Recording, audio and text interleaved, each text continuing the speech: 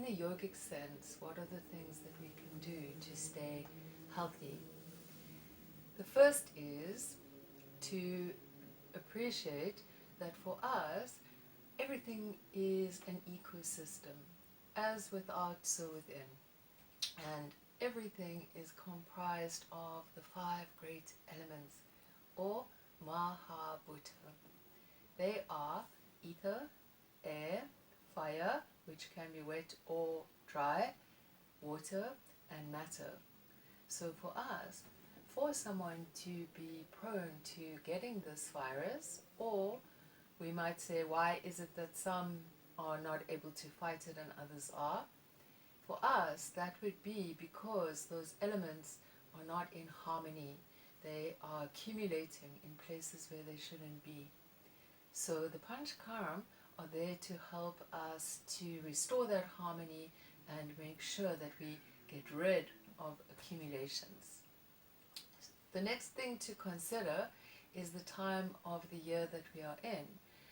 At the time of us talking about this, it's a time of change all over the world. We're either going into winter or we're going into summer. So one could say that the vata would be very high. And if you consider our situations with a lot of fear and a lot of extreme change and stresses in people's lives, we are definitely all accumulating vata. What is vata? Ether and air. And that's why it's the first element, the lightest and the driest. And all movement, whether that be our thoughts, our body, our emotions, are governed by vata. And the thing that settles vata the most is sweet, warm, and oily. So, great yogis, they realized that their skin was the biggest organ and the first ecosystem and the first line of defense. And for that reason, the first Pancha Karmas always begin there, our outer layer of protection. And when one is vata deranged or accumulating vata, we all get dry, flaky skin. And that means that there are little cracks and entry points for the virus or bacteria or anything else to get in through. So we have to begin with that, our biggest organ. Now, because it's vata time, we would recommend that it would be good to bath. If you are prone to accumulating heat, just don't have the bath very hot. If you prefer to shower though, you can shower. So to begin, what you need is a small bag, like that, or one of these gloves that one can buy at most of the Asian supermarkets. They use them for cleaning. This one's got a little texture on it, which makes it even better, because what we want to do is scrub off that top layer of dead skin. We do have vetiver scrubs, and sometimes they're round and they're very beautiful, but they're also very expensive. So you can also use just a simple brush that one might use to polish shoes or clean. Just make sure it's not too hard. And what you're going to do is you're going to take a little bit of salt. Our salt have herbs and things already in them, but you could use a plain salt, and you're going to just put some into the bath if you like, but to be careful that the herbs don't go down the drain, because it will block. So what we do is we just put the salt and the herbs into our glove. You can also put fresh herbs in with that, or you can even crush them up and use those as the scrubber itself. And you're going to put your glove on, or you can use it like that. You can also use just a plain cotton sock, anything that is going to let the salt and the herbs through, and you're going to scrub your whole body from head to toe. Once you've done that, and another nice thing to do is to take your bag with your salt and herbs and hang it over the shower head or over the tap, so that when the water is running, the water is getting permeated with all those essential oils. Once you have scrubbed from head to toe and you've taken away all the past you no longer need, and think of all the pollution and grime and things that your body is trying to let go of that may be sitting there, it's good to soak for a little bit in the water. So the pores now will be nice and open, and the circulation is going to come to the surface from the warmth of the water. If you are in a shower, just stay there long enough for that heat to build and the circulation to come to the surface. Then you get out of your shower or bath, and now we're going to practice one of the main Pancha Karma, and that is called Abhyangam. It's also known as massage. In the yogic sense and the Ayurvedic sense, this follows a very strict sequence, and those who are interested can find notes on that on our Facebook group, Brave Recovery Warriors, and also on our website, beingbrave.org. And I'm not going to show you the whole sequence now, so you can just apply it. The basic rule is to do your head first, go to the feet, and work upwards. That's the best, safest way to do it. You're going to use a little bit of oil, and in yogic massage we don't use a lot, so it would just be a tiny bit like this, you can see, and to just make your hands shine like that. So not huge slathering amounts of oil. If you have your favorite oil, you can use that. At Brave we have 3 blends that deal with Vata, Pitta and Kapha, because we are using them extensively, and we use oil a lot because most people at Brave have had a shock or an injury or grief, and those things are all Vata deranging. So no matter what their constitution, they all benefit from it. We just use it in different ways for different people. But the basic rule, and here you can see those are our 3, the basic rule is if you have a small frame, or if you are underweight, or if you are at the moment insomniac or having real anxiety and you're not allergic, you can use sesame oil on its own or in an inert carrier like we do. So we use grapeseed because that's not going to cause any heat or cool or allergy or anything like that for anybody. Or you could use a nut oil. If you are prone to heat and rashes and irritation, and right now being locked up, you may be getting a little bit frustrated. We won't say aggressive, we'll just say frustrated. Then for you, maybe a coconut oil would be good. That settles Pitta. You could even put a few drops of peppermint oil into that, or something cooling.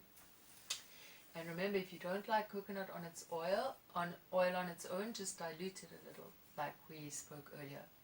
For the kaphas, you are not going to use oil at all. You are going to dry brush, and then you can use a little bit of chickpea flour or talc, or whichever flour you don't mind, or talc you don't mind, and you can do a massage with that. Or you can just use a herb bunch, which is really delicious. You take your bunch of herbs, crunch it up, and do your massage using that. It would be good to put a little bit of oil on your chest and under the nose, and that should have some citrus in it, some eucalyptus, some camphor, things that are going to open up the chest, because the seat of kapha is the chest, and we know that this virus loves to go to that area, so it's good to keep that open and free of mucus. So now we've got our oil on.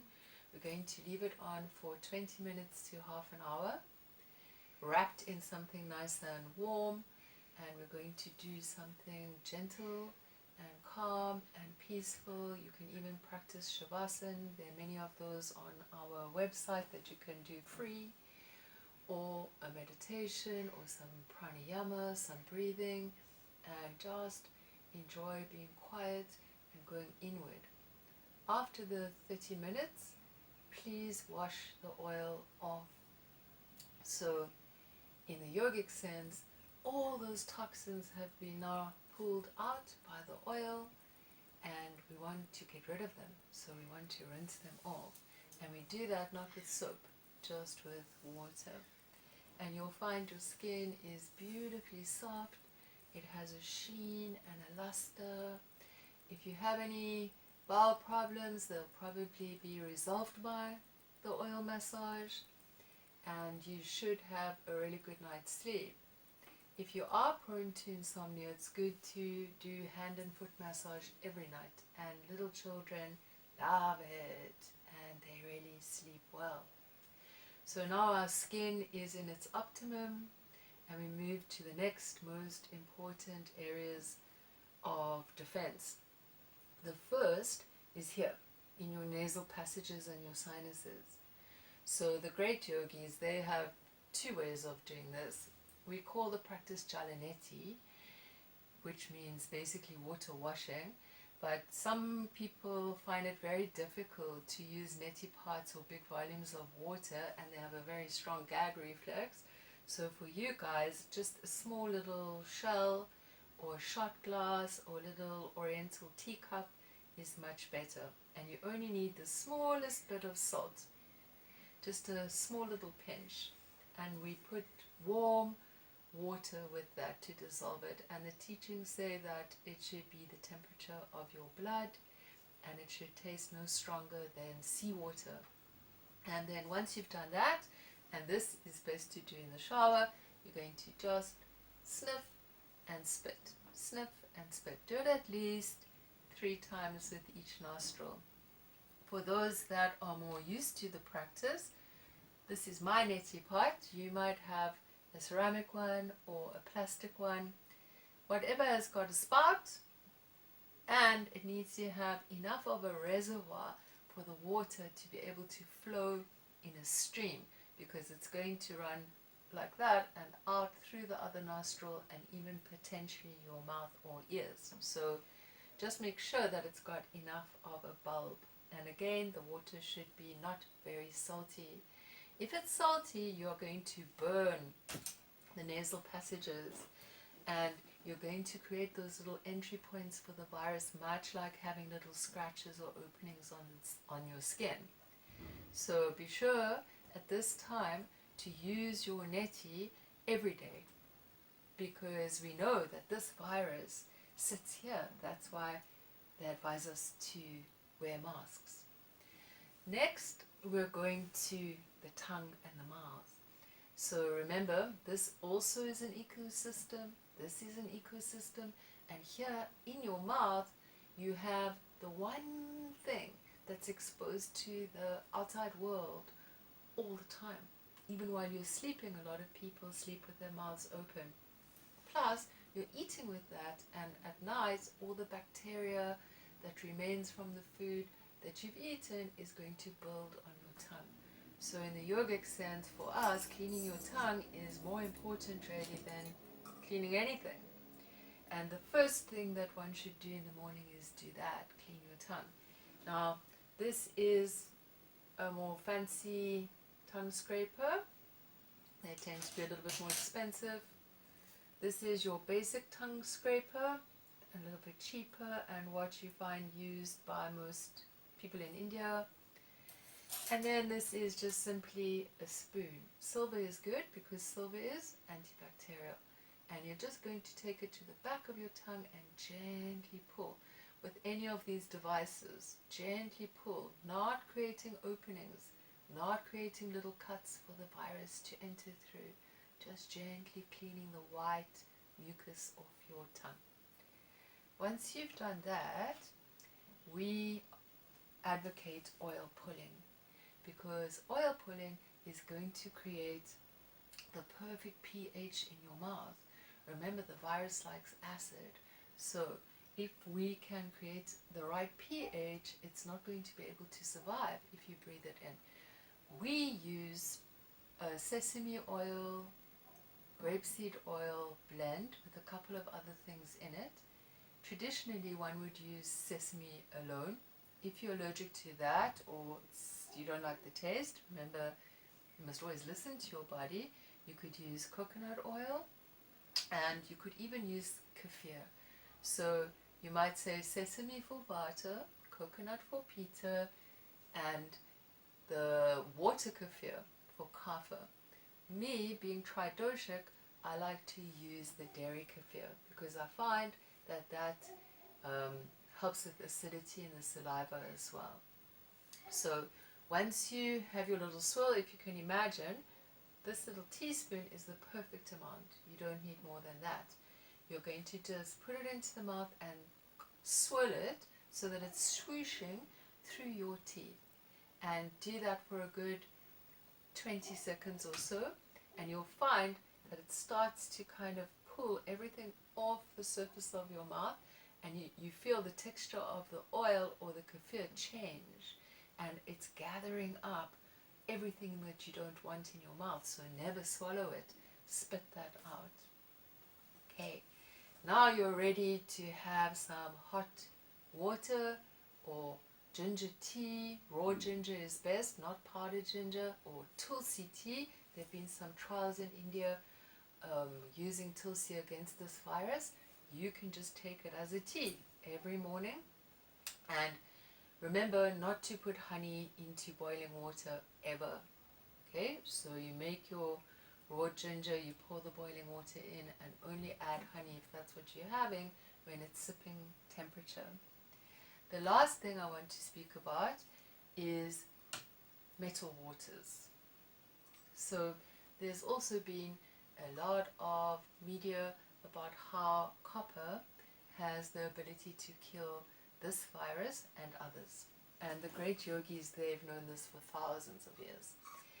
What we don't always appreciate, it's not only copper. Gold has that ability, silver has that ability, and copper has that ability. So, copper though is what most of us can afford. Just be careful that the copper that you buy in modern stores doesn't have a kind of varnish over it, because you want to actually absorb the copper from the cup. And all you're going to do is put some spring water or mineral water or boiled water into your little cup at night. And we've got a little snake spoon, which is pretty groovy, but you don't need one of those. And you just leave it covered overnight. And once you have done your little Pancha Karmas, you have a couple of spoons of that, or even the whole cup. And that will be like taking a little antiviral. Colloidal silver works in similar ways. You might say gold for vata, silver for pitta, and copper for kapha. But for all of us, we'll just use the copper. Lastly, old school inhalers. Definitely to use that before you go outdoors and on returning home, because you want to take the camphor and the antibacterial and antiviral properties of what's inside them in these inhalers right up to the sinuses and the nasal passages.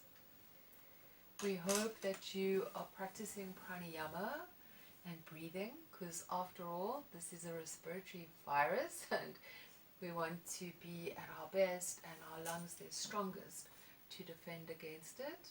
We hope you're eating your main meal in the middle of the day and not at night, so that your body's not acidic, because we know inflamed acidic bodies are prone to viruses.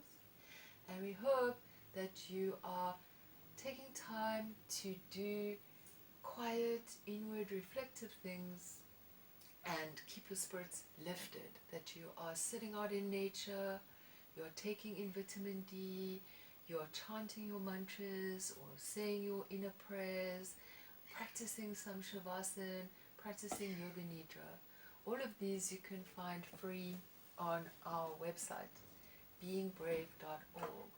Also, if you make a donation to Brave and you are interested in receiving our Little Brave book on yogic living, you will do so. For every donation that's made, we will email you an ebook version of that, or you can even order a hard copy. We hope that this has helped you, and we hope that the Divine Mother will heal and protect you and all of those who are in the front line of this virus. Om Namah Shivaya, and we wish you love, light and healing. Hari Om.